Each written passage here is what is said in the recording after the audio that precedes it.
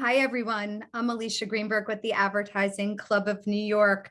On behalf of the club and our member partner company, Target Spot, thanks for joining us in the virtual clubhouse today, where we are going to take a deep dive into what's going on in audio and how brands are harnessing the power of this very impactful medium with our verticals conversation. It's a very popular series that we cultivate with input from our members, because the club is content for members and by members. So I want to thank Target Spot and Dave Sossin for bringing the idea to us, and for our planning committee, which is made up of Dave and Wendy Weatherford and Brandon Kaplan and Harriet Flory from VaynerMedia. So thanks to all of you for contributing these ideas to us. And the club, we are open to all of your ideas. So if you're a member, write to me, Alicia at theadvertisingclub.org. We definitely want to talk to you. If you're not a member, join us. We have over 5,000 people from the advertising, marketing, and media communities where we come together and educate, celebrate, and empower our community. We're doing that through the virtual clubhouse now, but we're going live again in December. We hope you can join us for our out-of-home conversation right in Manhattan at a venue called Second. We hope you could come out for the event as we talk about out-of-home now. For all of this information, you can visit theadvertisingclub.org. Listen, we encourage you to share this information from today. It'll be available on our site. We'll share it via email and on social. Listen, it's free insights. You would pay to get these insights if you were hiring Target Spot. So make sure to share with your clients, brand partners, agencies. It's great intel to share. So without any further hesitation, I'm going to hand it over to Dominic Milano from Target Spot. He's going to share some insights, and then we'll have the conversation. Thanks to all of you for being here. I'll talk to you all at the end. Thank you, Alicia. Hello, everybody. Pleasure to be here today. And as Alicia noted, I am Dominic Milano. I'm the SVP of Sales and Business Development for North America here at Target Spot, and hope that I am able to set up what I think is going to be a really great panel led by Dave and the folks that are joining him today. So let me get this up and running here. So let's move this out of the way. Technical difficulties to start. So audio, can you hear me now? We have heard that phrase from Verizon TV commercials, but it's actually something that, having been in the radio and audio space for too many years to count, I think audio has always taken a backseat to visual media, and yet that is definitely changing. And so want to put some context around the things that have made audio valuable historically that continue today, as well as touch on the things that are changing the way audio is used by consumers, as well as how advertisers can benefit from it. And it's not just about the medium itself on the advertising side. It is also about how you execute against the medium, given how much it is changing and evolving. So with that, we know that audio has been growing significantly over the past 5 to 10 years. New devices, new content, technology, innovation, changing contexts. And the one thing that is always made audio most valuable is companionship. And we'll get into a little bit of that. But it started out with broadcast radio streams. The iPhone took it to another level. And then you had all of this advancement in these different devices and content to the point now where audio is viewed very favorably, and much more favorably than perhaps even 5 years ago. I think the thing that has shined the light on audio more than anything else has been podcasting. Podcasting has actually been around for more than 10 years, but it's really in the last 5 years that the medium has found its place And it's because of the immersive depth of content, niche content that you wouldn't necessarily be able to hear on traditional radio. And the engagement has been off the charts for consumers. And as I always like to say, consumers follow content and advertisers follow consumers. And so you see the chart there about how the spending is mirroring the consumption as we look forward to what the final numbers will be this year. The thing that probably has made podcasting more valuable than anything is this notion of baked-in reads, conversational, inclusive of the content, and that has created great ROI. But it doesn't necessarily have to be a baked-in live read. I think that how people look at audio in the different contexts that it's being consumed allows you to put different creative in that fits with what is going on with the consumer as they're listening or engaging with audio. And so we'll definitely be touching on that. If you want to think about how hot audio is, just consider that, non-audio media are now making audio a big part of, their overall strategy. New York Times just a couple of days ago came out with their third quarter results, and there was absolutely a big part of it. The Daily, that I think everybody is familiar with, has been a blockbuster, but they've now expanded and are creating an entire audio division. But I think that the point that really jumped out at me when I read that was there seems to be quite a bit of demand for high quality audio, and there is no doubt that that is the direction that we are headed. So right now, if you're looking at digital audio, 176 million people listening on a weekly basis. That's 62% penetration of the US population, and it is absolutely going to continue to grow.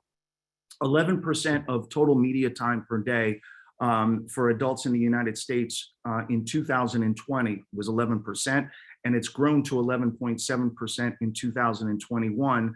And when you look at the time spent with digital audio moving forward, it's continuing to grow. And so I think you can definitely look to see that penetration level is going to continue to expand, both from a reach perspective as well as TLH or time spent perspective. And the reason for that is, we know with digital, it usually starts out with a younger generation. But again, digital audio has been around for, 15 years, some might say longer, but it's been the last 10 or 15 years where it's really created the scale that now exists. If you look at the 55 plus composition, digital audio is now becoming mainstream. But the reason why I say that it is going to continue to grow is because these 12 to 34-year-olds are going to become 35 to 54-year-olds, and these 35 to 54-year-olds are going to become 55 plus. And so that expansion is obviously very natural. And so indeed, audio is hot. It's the hottest thing out there right now, other than CTV. So I share this again as a longtime radio audio guy, and it's nothing negative to talk about CTV. In fact, I think CTV is obviously showing great value. The reason why I say audio is, still doesn't get the respect it deserves is the consumption versus ad spend. You may have recently seen in some of the trades this WARC data that shows that audio accounts for 31% of the consumption, and yet only gets 8.8% of the spend. And I think a big reason for that is audio allegedly doesn't have visuals.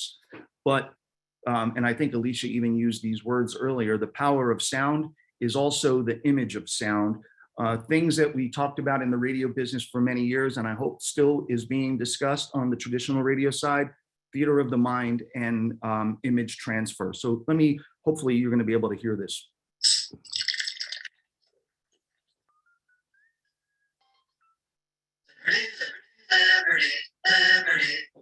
I believe that those are sounds that you are quite familiar with.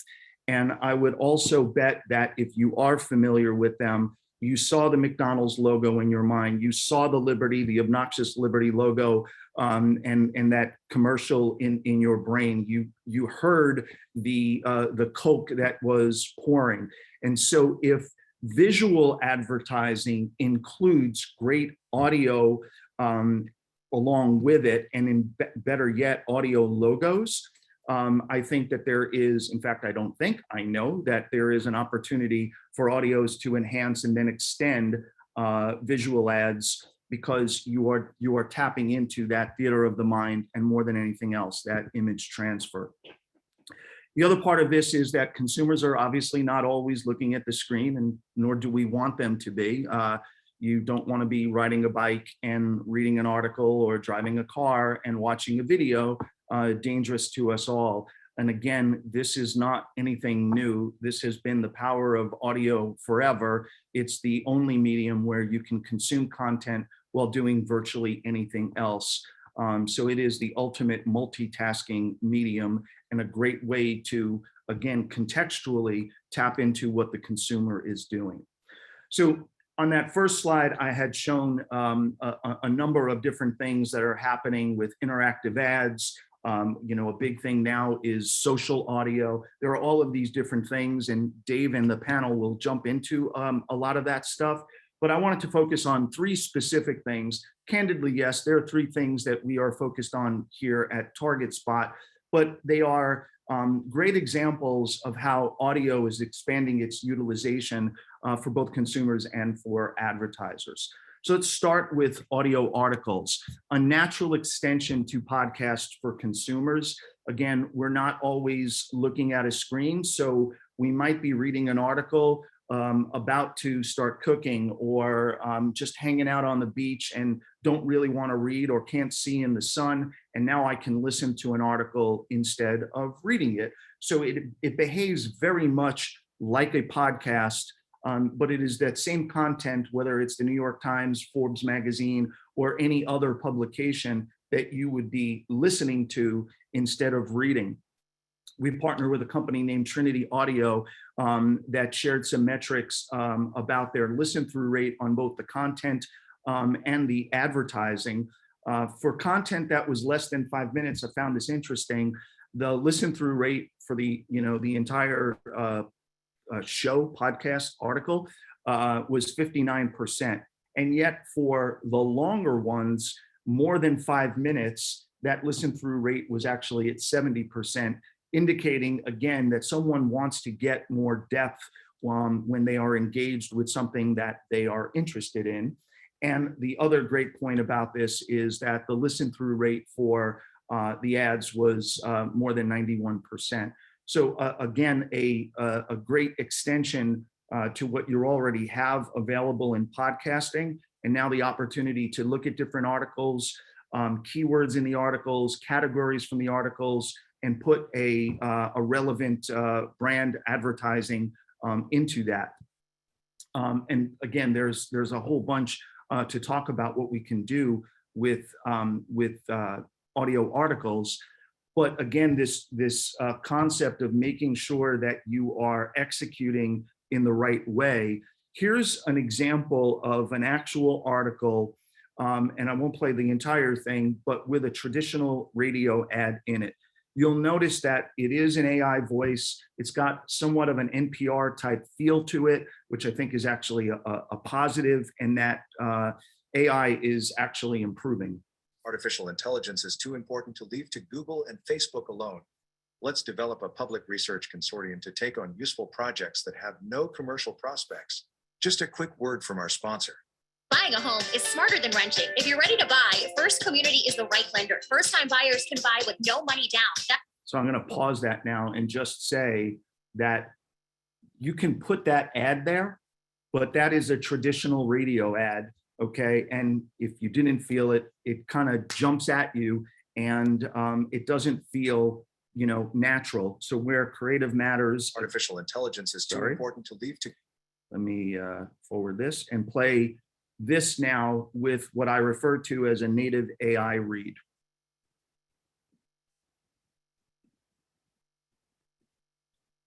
Artificial intelligence is too important to leave to Google and Facebook alone. Let's develop a public research consortium to take on useful projects that have no commercial prospects. Just a quick word from our sponsor. Buying a home is smarter than renting. If you're ready to buy, First Community is the right lender. First-time buyers can buy with no money down. So again, I'll stop there, and I hope that you can see and feel and hear the difference when it comes to that ad, where it is more organic and fits better into what the sound of the content is. Jump into mobile gaming real briefly. The mobile gaming space has been exploding, and there has been a ton of advertising that is placed, candidly, most often with disturbing video interstitials that pop up and break up the gaming experience for the user. And so this is a great example of sometimes you want audio even if the user is looking at the screen. We have a partner called Audio Mob and another one named Odeo, amongst a few others that are heavy in this space. And Audio Mob did some research and came out with a focus group that found 75% of the users preferred audio ads. And it's not crazy to understand why, because if I'm playing the game and I can hear an ad, especially if that ad is relevant to what I'm doing, there is a great opportunity there. And of the focus group that they went through, 100% actually had full recall of the ads that played in those games when they were listening to those ads. Give you a couple of examples, and again, where creative matters and context matters.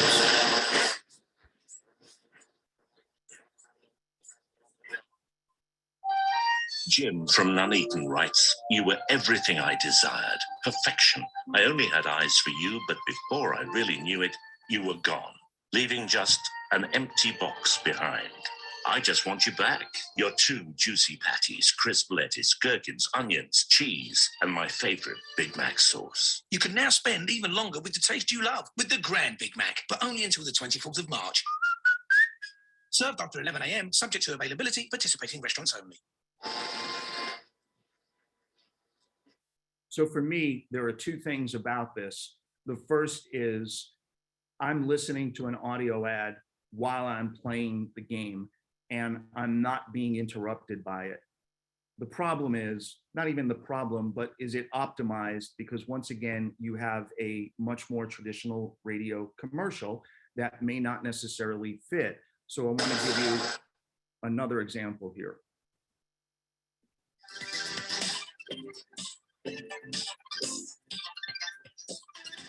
V finished a load of laundry, started playing this new mobile game, stopped by Mickey D's to grab some breakfast, leveled up on the game twice, got to work before my boss did, and it's only 9 a.m. meal. There's a meal for every morning at McDonald's. Right now, your favorite chicken for breakfast makes it worth waking for. Mix and match a chicken McGriddles and McChicken biscuit for just $3.50. Price and participation may vary, cannot be combined with combo meals, single item at regular price. Ba-da-ba-ba-ba.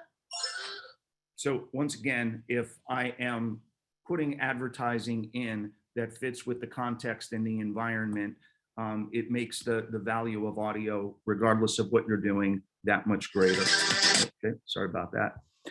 Last one that I'll touch on is digital audio out of home. We know over the last year and a half so that out of home has lost some steam for obvious reasons. But we're now seeing evidence of it growing. And I heard Alicia say earlier that your next event is going to be out of home, but now audio is also out of home, where you are talking about youth sports arenas, laundromats, convenience stores, hotels, and restaurants that are piping in audio into a particular environment where, again, you have an opportunity to hit someone contextually. So for a youth sports arena during the day, when it's soccer moms with their kids, McDonald's getting big play here today, and Coke and Pepsi. So QSR and beverages, what a great opportunity. In these sports arenas at night, you have adults playing games. And so now you're talking about more adult oriented items like, Tito's vodka or Budweiser beer. If you're in a convenience store, at a gas station, all of those different CPG brands that are in that convenience store, you can now, send that message orally to the people who are in there and prompting their acquisition.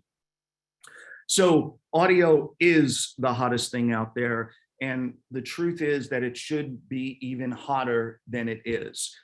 Again, don't want to take anything away from what we're doing right now as an entire medium, but the reality, going back to that slide from the WARC study, shows that we're only getting 9%. If we were getting 50%, the projected revenue for audio would be going up to 10.9 all the way up to, actually that says 22.9, it should say $13.9 billion.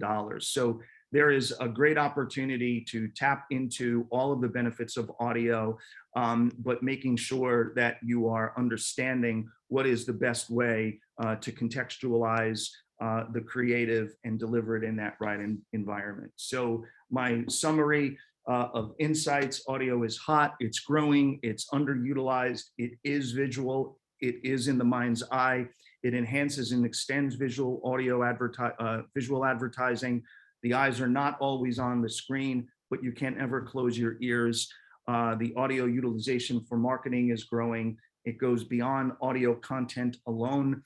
Context matters and creative matters. By the way, there is a great article about how audio proves resilient during the pandemic. You may not have time to read this today, but you can certainly listen to it on your way home through the power of audio articles. So with that, Dave, I am going to throw it over to you to take that and dig deeper into the discussion of audio. Awesome. Thanks so much, Dom. Really excited to welcome this amazing panel here today. And I'm confident we could spend an entire day talking about audio. So I think we're going to break this down and talk about podcasts in a bit more depth, look at some of the creative opportunities, maybe get into measurement, social audio, and voice innovation. With that, I want to, well, actually, before I do that, let me just say thank you to the Ad Club. Thank you to Alicia and Jessica, and thank you to Target Spot for their support for this. I'm Dave Sossin. I have been a part of the Ad Club's Access Committee led by Alicia for 8 years. So I'm really excited to be here. I'm a big believer in all the great content that the Ad Club is creating. So that being said, let's get right into it. And I'll introduce the panel here, I guess, in alphabetical order. Walter Geer from VML-Y&R. Walt, may I ask you to describe your role at VML-Y&R and maybe just talk about how audio impacts your day-to-day. And if you'd like, please feel free to share a podcast that you're listening to these days. Yeah, hey, thank you. Pleasure to be here with everybody. Yeah, so I'd say that, well, yeah, I am executive creative director of VML-Y&R. Gosh, I mean, how it's affected me in so many different ways. But I think that what we're starting to see with brands is really interesting in terms of how they utilize some of these platforms to essentially, get the word out to the right person, the right place, and the right time, right? So we're going to dig into some of that now. But in terms of my favorite podcasts, I'm a big fan of Drink Champs, right? So if you haven't heard of Drink Champs, it is with Nori. He's a hip hop artist from the past, and DJ Effin from Miami. And these guys get some really incredible people in a room and talk while drinking and smoking. So you get like the real truth out of people. It's really pretty incredible to see. Sounds awesome. Thanks, Walt. Appreciate it. Yeah, thanks. Next, cool. We have Brandon Kaplan. I'm thrilled to say that I met Brandon at an Ad Club event 5 years ago. Brandon, really excited that you can make the time to join today. Could you talk a little bit about your role at Skilled Creative and how audio is a big part of what you do? Sure. Yeah. Brandon Kaplan. I'm the CEO of Skilled Creative, and we're different ways of looking at it. We're an audio innovation agency, where you could call us a voice agency, a conversational AI agency. So everything that we do is centered around interactive conversational technologies, and we work with really fun brands to help them bring those programs to life. So in that way, audio is my job, and it's what I do all day. But it's looking at the creative ways to bend audio and make it interactive and make it really creative. And in terms of podcasts, I mean, I think anybody listening to this, anybody on the panel, we spend so much time going down rabbit holes in our own businesses or own technology. I like to listen to podcasts that kind of spark some other synapses. So I listen to like Hidden Brain or Freakonomics or any podcast that brings in a fresh story, perspective, piece of education that might get me thinking in a different way. So always looking for new ideas. Awesome. Thanks for having me. Yeah, thanks for being here. Appreciate it. Great. And next, I'd like to welcome Alan Chanzer from SXM Media. Alan, I've admired you from afar for a long time, and really excited to be able to chat with you. And welcome to the panel. Great. Well, thanks for having me, and hello out there in Adland from my actual office, which we're starting to come back to, which feels good. SXM Media is the largest audio entertainment business in the U.S. We have owned properties, including Sirius Satellite, Stitcher Podcasts, and Pandora, the music service. And we operate exclusively famous brands like NBC, NBC Sports, SoundCloud, and most recently we announced Crime Junkies. And so audio, I think like Brandon and probably like most of us on this call, it's my job. It's how I spend all of my time working with our brand partners and our agency partners. But I also think it's just a big part of my life. I believe in sort of the day in the life theory of media, and I think about how I wake up to audio and I go to bed to audio, and I have audio on pretty much all the time in between, from my car to my house to my commute. And I think that's part of the reason why it's such an exciting opportunity for brands. From a podcast perspective, I also try to get away from sort of ad-related podcasts. I like episodic storytelling. I'm listening to a very interesting podcast now called Winds of Change, which is about how the government, the CIA, back in the early 1980s, theoretically, it's not been proven yet, used the German rock band, German heavy metal band, the Scorpions, to socially and culturally infiltrate the USSR leading up to the fall of the Berlin Wall. So if you listen to Winds of Change, famous Scorpions ballad, you will probably pick up on some of those clues. Sounds awesome. Thanks, Alan. Thanks. Great. And I'd also really like to welcome Swan Sit. Swan, thanks so much for being here. Really excited to talk with you today, especially about social audio. If you could maybe describe what your day-to-day role looks like and how audio is a big part of that, that'd be great. Thanks for having me, Dave. Audio is a huge part of my life because I'm an audio creator now. I call myself an accidental creator, though, because up until this point, my socials were private, but I was lucky to be early on Clubhouse. I logged a lot of hours early because that was my entire social life during quarantine. And part of what I was doing on there, I like helping people. So democratizing information and access was a lot of the stuff that I did.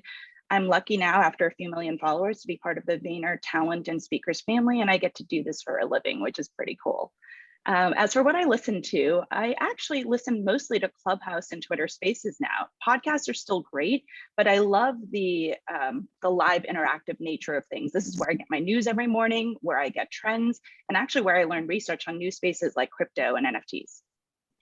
That's great. Thanks for sharing. Yeah, it's amazing how the technology has enabled us to get information in such different ways than in years past. Cool. And I want to also just share what I listen to just real quick. The IPG Media Lab has a great podcast called Floor 9. And it was recommended to me by an amazing member of our Access Committee, Michelle Aragon. So thank you, Michelle. It's been listening to that consistently for a long time. Amazing. It's just, I feel like with podcasts, it is, how do you select? I mean, how do you find the time to pick? There are so many. I believe Spotify reported over 3 million podcasts. I think Apple is saying 2 million these days on its platform. So there's just an amazing amount of content out there. And I figured we could really start there, just because, and Dom talked about this a little bit too, I feel like the conversation with audio these days does start with podcasts, and then we'll move this forward to get into creative and talk about social audio and voice. What I figured we could do with podcasts, and Alan, I'll direct this to you, because I think we've seen a lot happen in the last couple of years with technology. We've seen dynamic ad insertion now representing 2/3 of overall ad spend, and that's an IAB number there. And now we're also seeing a lot of things happen with measurement. I know at Target Spot, we're doing online and offline attribution with podcasts, but I think that there are, on one hand, maybe there's a concern that pre-produced ads could diminish the podcast medium a bit, but then on the other hand, there are some amazing things happening. For example, with the transcription technology that I know is a part of what you're doing at SXM Media. So, Alan, could I get you to weigh in there on what you've seen there with regard to podcasts in the last couple of years, and talk a little about where you see things going directionally there, so that it possibly can garner a greater share of investment from brands moving forward? Sure. I mean, podcasts, as you mentioned, for there's 2 million, 3 million. We're not even sure how many podcasts are actually out there. But the key thing is that, it has to scale to be relevant to brands. And it has to move from being a host-read, direct response type of environment to being a brand-friendly, scaled environment. And that's, I think, where we're sort of on the precipice of that right now as an industry. And we think about sort of 3 tiers of podcasts. And we certainly think about, the work that we do with creators directly to really focus on host-read, deep integrations that are incredibly powerful. And, for good reason, because consumers really trust and love and admire those creators that they're listening to. And so those endorsements are incredibly valuable, but for lots of reasons that doesn't really scale. And so for it to scale, we need to have other kinds of technology, starting with the ability to effectively buy show-level podcasts, whether that be host-read or pre-produced, announcer-type insertions. That's critically important. But we wanted to go one step further. And I think as the industry, we had to go one step further. We had to think about how do you create sort of networks of podcasters that are meaningful and relevant to brands and make it both brand suitable, which I think is a new version of brand safe, and contextually relevant. And so to do that, we're working with technologies that allow us to transcribe podcasts. And that is simply the ability to take a podcast, the audio version of a podcast, convert it into some kind of written text, and then read that text through AI and other technologies and assign a score or a category to that particular podcast. And it's been incredibly useful for us in terms of sort of scaling out the entire industry, because now brands can come in and say, beyond buying at a show level, I want to buy around a particular kind of content. I want to buy a particular subject matter. I want to avoid something that could be very, very bad for my brand. And I don't care necessarily what the show is. I care a lot more about the episode. Plus, the vast amount of episodes that are out there, relevant to the brand, so it's contextually relevant, and at the same time brand suitable and safe, so that we know that we're being in environments that aren't, something that the brand wants to avoid, which is a big issue in podcasting. And that amount of scale has allowed us to grow the business quite a bit. It's very relevant, so we're seeing great results from it. It's bringing brands into the podcasting space that have avoided in the past, and it's turning into more of a mainstream medium as part of a overall audio strategy, which is where we think podcast needs to go. Yeah, I think it's a huge part of the ubiquity that we were talking about prior to getting together today. And then Dom touched on companionship, and podcast is a great example of something where I think the audience has gone way up when you look at the proliferation of smart speakers, mobile devices. It's really created an opportunity for podcasting to grow. I want to keep moving and go to Walt and talk a little bit more about creative specifically, but does anybody on the panel want to weigh in a little bit on podcasts before we keep moving? Can I just start by saying it was really interesting to see how everyone had completely different fucking podcasts, like listening stuff they're listening to. I was like, holy shit, what a different group.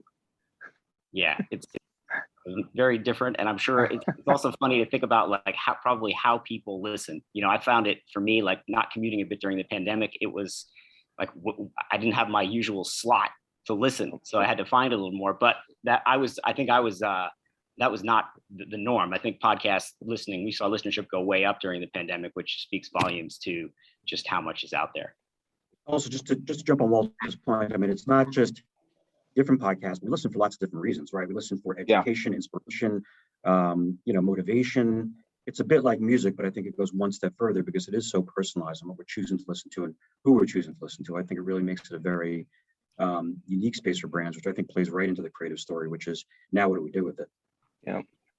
Definitely. Just one quick note here. Want to make sure we get everybody equal time to speak on all these different topics. So we can keep these answers concise. That would be greatly appreciated.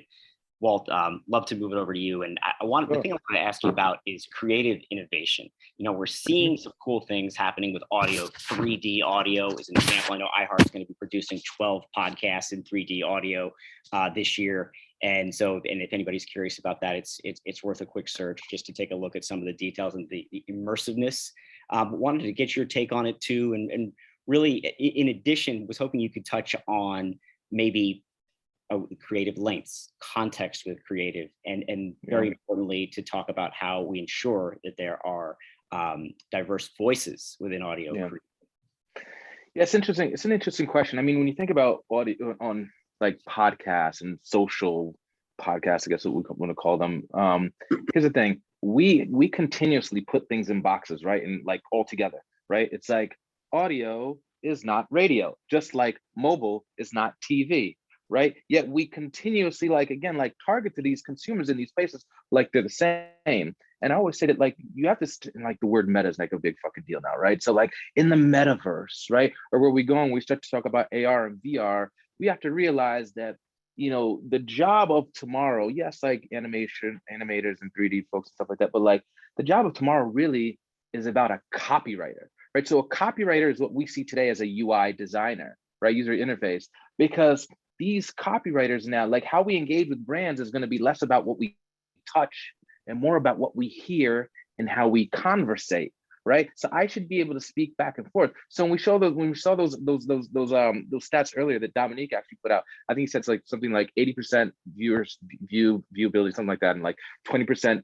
media buys from the brands. Well, it's not because of lack of visual, right? That's just because of lack of being able to properly engage with the brand. Right, like I can click on like I serve an ad. I know I can click on that ad and go someplace and go buy something. I can track that, right? So with audio, it's like then okay, well, what are my metrics? What are the metrics I'm going off? Like if it's like Clubhouse, it's like okay, tell me who's in the room, what kind of money these people make in the room, what kind of job do these people have? Now, what are they doing when they leave this platform and go someplace else? That's what a brand I think wants to get to in all of audio, because just putting a little snippet when we heard of that example earlier, that little pre-roll or mid-roll, right, like a radio thing, it was like smooth listening, and then boom, the like volume jumped up and you're like, holy shit, let me pull my earplug out, right? Yeah, so good user experience in that case. You know, we talk about that a lot here at Target Spot, you know, is making sure that we are working as consultants to ensure that the creative matches the context. And that could even be as simple as making sure that the spot length is proportional to the creative or to the content that it's being served in. Right, absolutely. But then when you talk about like social audio and like Clubhouses and all this type of stuff, then it's like you have unique ways to tie in a brand. But when you tie in those brands, it sounds really fucking cheesy. If you're like, so Pop-Tarts is really like, it's just like radio hosts do it, right? It's got to flow within the conversation, right? So when we talk about innovation in the audio space is about relevancy. A brand should know me better than I know myself. So how are you giving me that relevancy in a space where I now have to listen to, like, you know, just listen to? But now in terms of diversity, I'm just going to keep it really short. I think it's like, that is just ensuring that people of color are at the table when making these products, when we're talking about like who are going to be these influencers and people that help push these products, like all of that matters, right? It's how we talk to these individuals and make them feel comfortable in a space that they're in. Awesome, makes sense. Great. Well, I think that's a good segue too, and Swan, to talk about social audio. Walt touched on a few things pertaining to social, and I think that, you know, it's just been amazing to watch that space the last couple of years, how it seemed to explode overnight. I'm sure it didn't, but would love to get your feedback on that and to talk about some of the components. I loved hearing you speak about voice and how the intimacy of voice, and how there are, you know, components that come in there when it comes to not only intimacy, but authenticity, measurement. You had some great specific examples to share that I thought would be awesome. Yeah, happy to.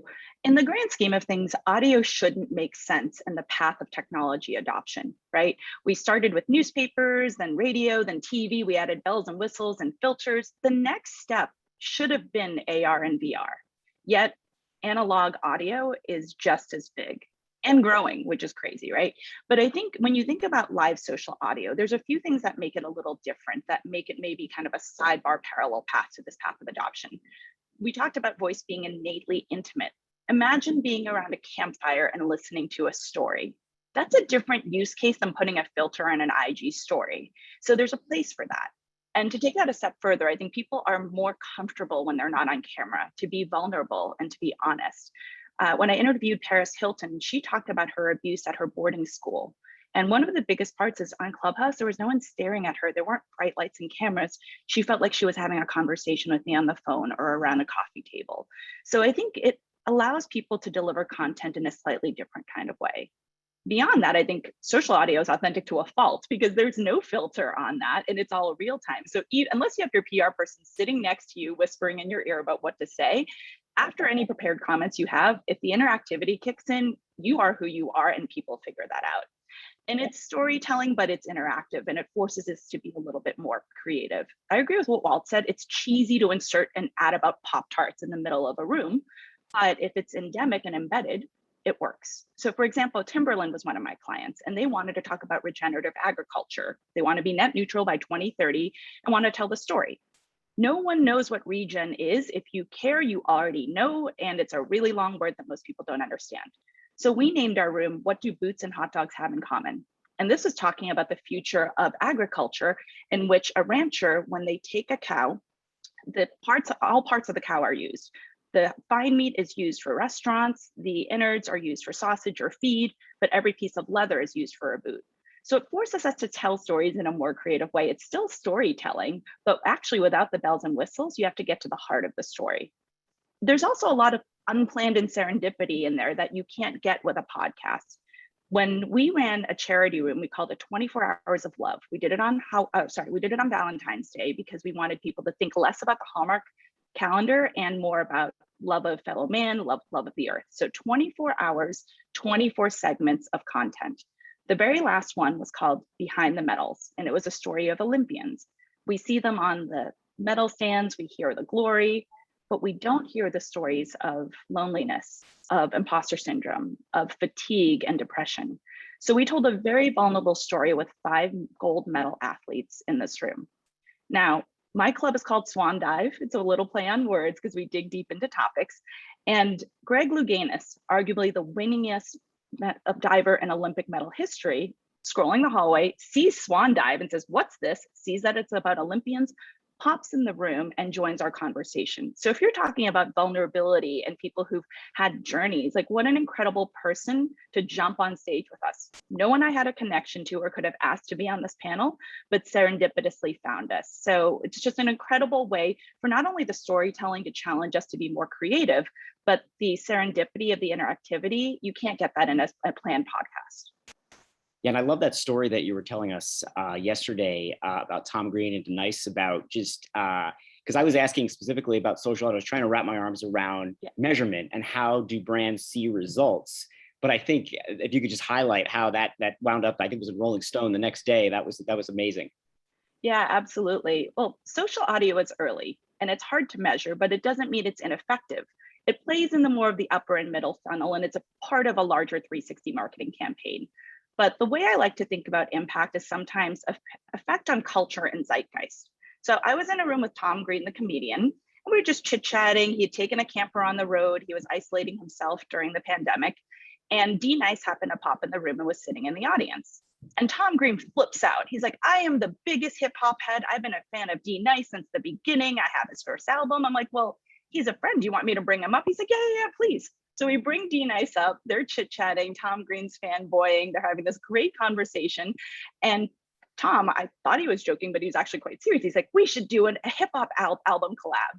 And he's like, "Okay, sure." And I was like, "Wait, why don't you guys do it? And then we'll screen it on Clubhouse as the first listening session." So we all have a cute laugh about it. The room shuts down. The next day in Rolling Stone, it shows up that D Nice and Tom Green are going to collab on an album and it's going to launch on Clubhouse. So how do we measure that? I don't know, but the impact on culture, when moments like that happen, or when we're able to interview Edward Snowden through 3 VPNs and have him have a conversation with us. I mean, those are moments that I don't know how to measure, but you can't deny they have impact. Awesome. Thanks for sharing. Great. Well, I also want to talk about voice innovation. I mean, to me, this is something really mind-blowing in terms of the statistics. I want to share one from the Infinite Dial, and that is 1/3 of Americans 12 plus, approximately 94 million people now own a smart speaker. So that's pretty incredible. And when I started at Target Spot a little over 2 years ago, we're seeing maybe about 1% of our audience come through smart speakers and connected devices. Now it's well over 10. And I'm sure that the pandemic fueled some of that growth, but we were seeing it anyway. So Brandon, really want to talk to you about this area and explaining how brands can harness how these devices have changed our lives.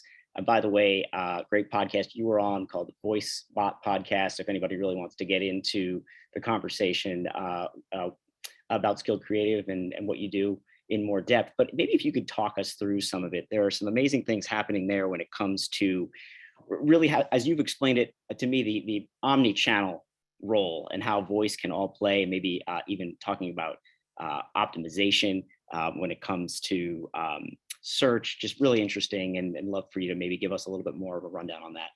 Yeah, for sure. Thanks for having me. I'll keep it as short and sweet as possible. But it's interesting to see the data you're seeing on podcasts. We heard from Amazon Music that 54% of the audio coming through Amazon Music right now is happening on smart speakers. You would expect that because Amazon is a device, but when we think of conversational AI or we think about voice, it's both a channel. It's Amazon Alexa, it's Google Assistant, it's SoundHound in cars, it's all of these kind of interactive channels that you can pick up and distribute content onto those channels, whether it's interactive voice applications or podcasts or music or on screen devices, videos and YouTube videos and things like that.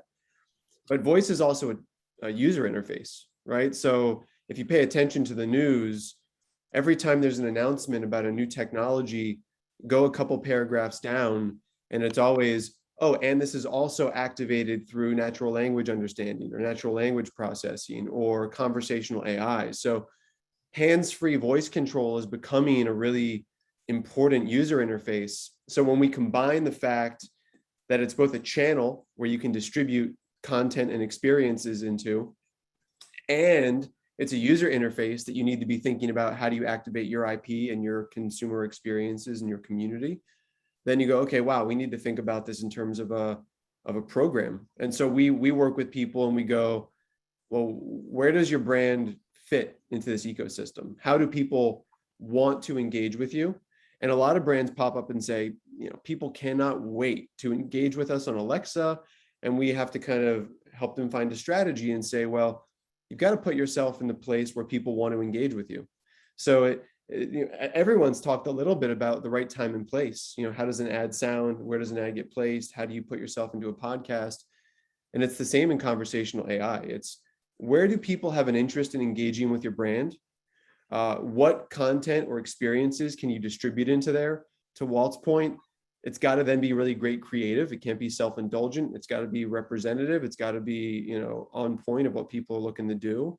And then you've got to be efficient with people's time. So, we think about what channel can we distribute into, what user interface. And what's cool about voice is it can do anything, right? It can be a top of funnel engagement tool. It can collect phone numbers and email addresses. You can sell directly through voice. There's a huge emerging area of voice search optimization. So if someone asks a question to Alexa, is your brand represented correctly? And then that's a whole other panel discussion, but when we talk about the metaverse, that's going to be voice activated, right? So there's a huge opportunity there, 7 panels worth of discussion, but that's as short and sweet as I can get it into, how voice is a program versus a project. Thanks, Brandon. Are there any particular examples of just maybe top line details on a campaign you could share with us to give everybody a visual of how they might be able to work with you and your team?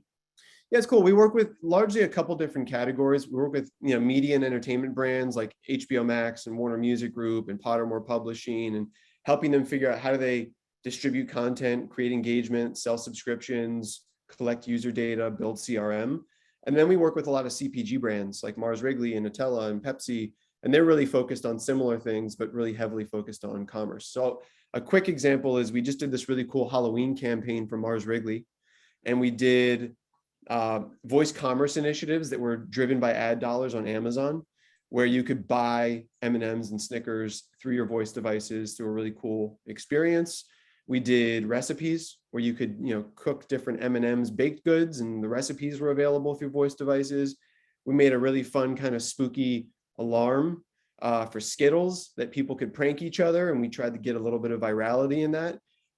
And then we also did some other kind of shopping interactions. So we went across the user journey and we selected a couple different key touch points, and then we distributed their brands into the channels that were appropriate to activate them. So they had kind of a first of its kind, seasonal omni-channel conversational AI program, which is a mouthful, but it worked out really well. And now we're looking for what can we do in 2022. Awesome. Thanks for sharing, Brandon. Some great things happening there on the voice innovation side for sure. What I'd love to do now is a quick round robin with some Q&A. We have a great question from Alex Baker, another Access Committee member. Alan, I'm going to start with you if that's okay. And this is Alex's question. He's asking, are there ways to spur interaction with customers through audio that is similar to digital display or video? Any thoughts for Alex on that one?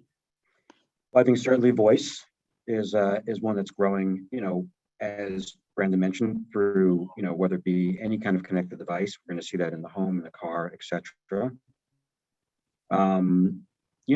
That's how we're thinking about it, right? Which is, how do we get consumers to want to engage with an ad using their voice, because that's the context that we're in, and that's been a big area of growth for us. I mean, it's an area that we're very much leaning into, and it can happen on the Pandora platform, or it can happen on an Alexa device or in a car, and so we think that's a really interesting place. Great, thanks, Alan. Can I just add? I think it'd just be super clean. Look, like, we're never gonna get rid of like 5 and 10s and 30s, right? All that stuff. We're just never gonna get rid of it. But like, a simple approach would be like, you give me a 5-second spot when I'm actually listening to a podcast, and that 5 seconds again delivers me something that's dynamic, right? DCO. We've been doing DCO for fucking years and ads, right? Give me something that's relevant to what I'm listening to. And now, when you, Brandon, I see you taking notes, man. You got to pay me for this. When we're taking teasing. So as I'm listening, it should prompt me for something that that I would like to engage in, and then ask me right away, would you like to continue this conversation? Yes or no? I say yes. Now that 5 seconds. Right. You say yes. Now you're taking that spot into a 60-second spot. Right. And then you take me down that journey a little bit. And then you prompt me again for another question. Yes, no, a yes, no question, or whatever type of question. But you allow me to, especially I'm jogging, I'm doing something, I got my headphones in. A simple answer, and you continue taking me through that journey. Right. That's a very simple one. And then, of course, you're in this practice, you're on my mobile device right now. There should be a point of saying, hey, would you like us to now reach back out to you? We can actually pull your number and then send you a text message to continue the conversation. Yes, I would. Thank you very much. Boom, 2 seconds. I get a text message. Now I'm running. I do whatever I got to do. Come back to it later. I click a link. I go to your site. Now I'm engaged.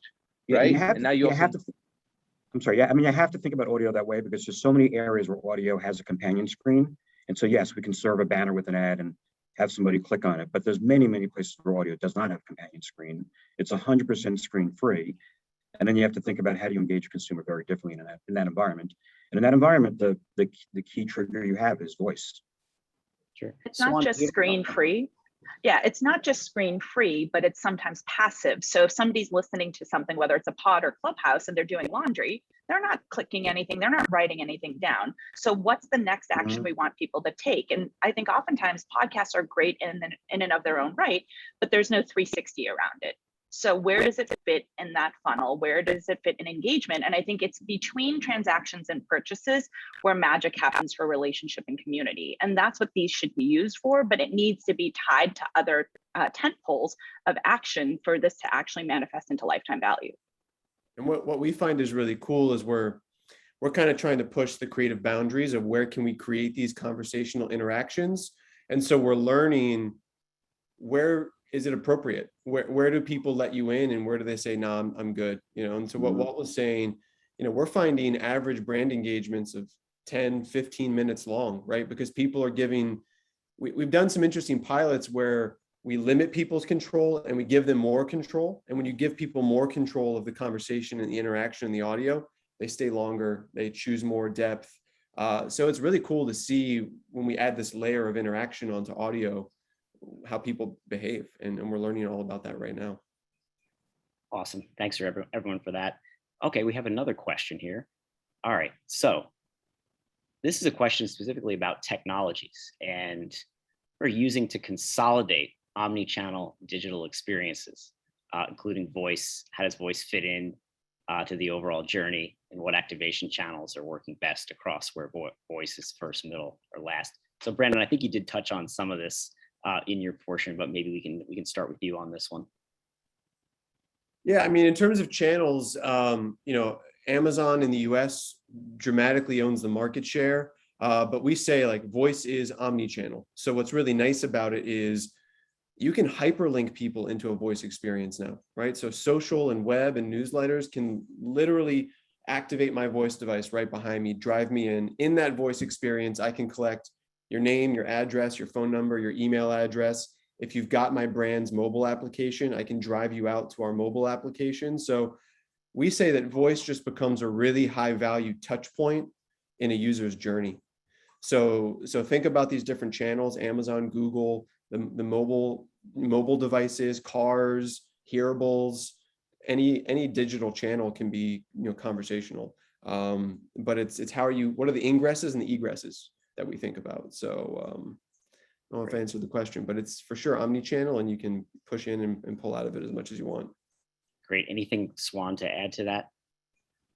I can speak to the social audio space because choosing the platform is important. And you can do it from where your audience is or do it from what the platform offers.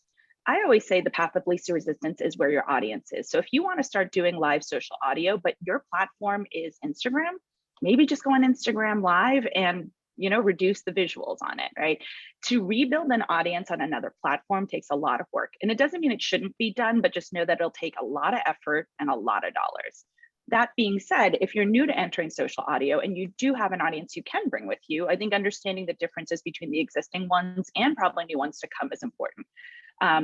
Spotify Green Room was a big deal. That's actually been put on pause for a while. My friend who was running talent is now working on recruiting. So I think they're actually doing the right thing instead of chasing the trend, to really think about what does a music community and music creators, what do those people need that's different?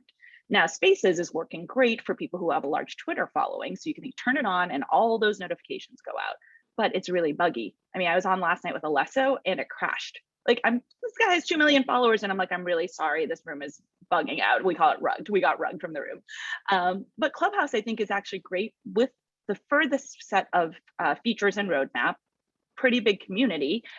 There's more discovery there too, because the other platforms, you follow someone and you see their room, but it's Clubhouse, you scan a hallway and you discover lots of things. You could be a room about psychedelics 1 minute, a room about politics, a room about Japan. The discovery on that's really great. So for new creators who are aspiring to create, I think that's a great place to start, because you don't have to have a lot of followers. You just have to have a room that starts trending. So understanding the nuances between them, experimenting and playing on all of them is really important. And then figuring out your audience where they are or where they like to go is probably pretty important as well. That in the part of the larger ecosystem, I think, is the decisions that brands have to make. But I always tell them, put 20% of your budget to exploring this voice space, whether it's podcasts, whether it's voice activated marketing, whether it's this, because this is part of our marketing mix that we don't understand yet. And you have to test it in order to figure out what works. Great. That makes sense. Walt, did you have anything you wanted to weigh in here on with this? No, I mean, she's right. It's interesting platforms when you start to kind of look at what's out there, right? I don't know that any one of them is perfect, right? Like every single one has its problems. And then when you start, again, like the crux of the conversation here is when we start to bring in brands, right? So when you start to bring in brands into these environments, it's really tricky, right? So take for instance, we'll back in on Clubhouse, right? Great platform, great people. I've made incredible fucking contacts from that in the beginning when no one was on there, right? But it's harder to get some of that reach, and it's not super easy to get to trend as a room. But I think that if you get a couple people who have a large following, it's easier to dump people in that room. But when you dump all those people in that room, are the people, because like you have to think about these apps now. We go social audio, right? I don't care if you have 10 followers or 5 million followers, every person is a fucking ad. The reason why you are an ad is because when you go into a room, a very small segment of your followers now will get pinged. Swan is in a room, Walter's in a room, Dave's in a room, right? And then they have the choice to now go into that room. And now when they come into that room, if that topic of discussion is not relevant to who they are, okay, because now we are native ads, right? If they go in the room and it's not relevant to who they are, what they like to listen to, or the room that they followed you in the first time they heard you speaking, they're out. right? And the more this actually happens, the more they're going to say, I'm not going to the Walt's rooms anymore because like he talks about so much random shit that like I just don't care about it anymore, right? So it's hard to really, do that. But the other piece too is like for a brand, safety is a big thing, right? So like there are rooms where people have it completely organized. There's 4 or 5 people, great, cool, right? But the beauty of this app is being able to get on stage with all these famous people. That was amazing. That was inspiring because like, oh my God, one tap of a button, I can be on the room and be talking to like whomever. That's fucking cool, right? But when you close that off, then it gets to like, okay, I'm just here for a podcast and I could do this someplace else. But so now when you start to talk about, okay, well, the flexibility of allowing people on stage and who I allow people on stage, then the brand has to worry about if I'm sitting now, Burger King, Wendy's, whomever, like, do I have a weird ass sitting around me? Do I have someone who possibly scammed a bunch of other people here? Right. And or do I have some crazy pedophile? Like that stuff matters because that can happen. Like you're not going to have that happen in a commercial. Right. There's when I serve an ad across whatever, websites, right, I'm doing, like there are times where like if a plane crashes or incident happens, like I can immediately pull those ads out of those spaces. It's difficult when you get into a live environment where things are happening in real time. I agree, Walt, but that's also why I think I have a job, because not only do I help curate the room, part of it is when you're immersed in the community, you have a heads up on who the good actors are, who the questionable ones are. But we also say things like make sure your socials are connected, etc. It's not perfect by far because the nature of being live means you have to take risks. But I think the more seasoned people, like you and I have been on there a long time, we can kind of read the room, we kind of know the people, we check their profiles.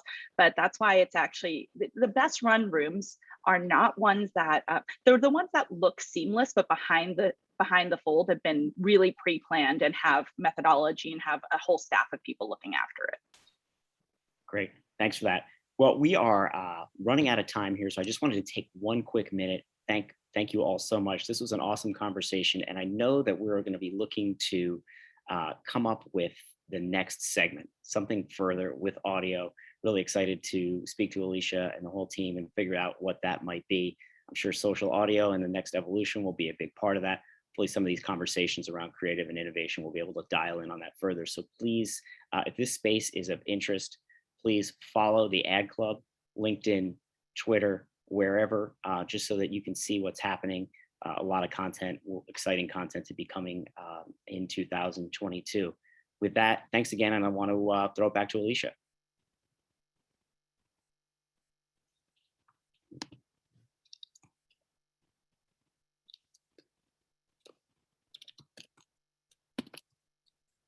I think you might be on mute. Well, that was so cliche that I was on mute during the audio panel. Anyway, what I was trying to say was, as Dave said, this is the tip of the iceberg with audio. We are going to continue this series. We are going to talk more about all the different elements. However, with what Walt said before, if you want to be present and you want to be in the room, be in the clubhouse, be on these panels, write to me, because we need to know that if you want to be in the room, that you're there. And it's Alicia at theadvertisingclub.org. We are very sociable here at the club. So we listen to you. We have lots of ways to give you a platform. So definitely reach out.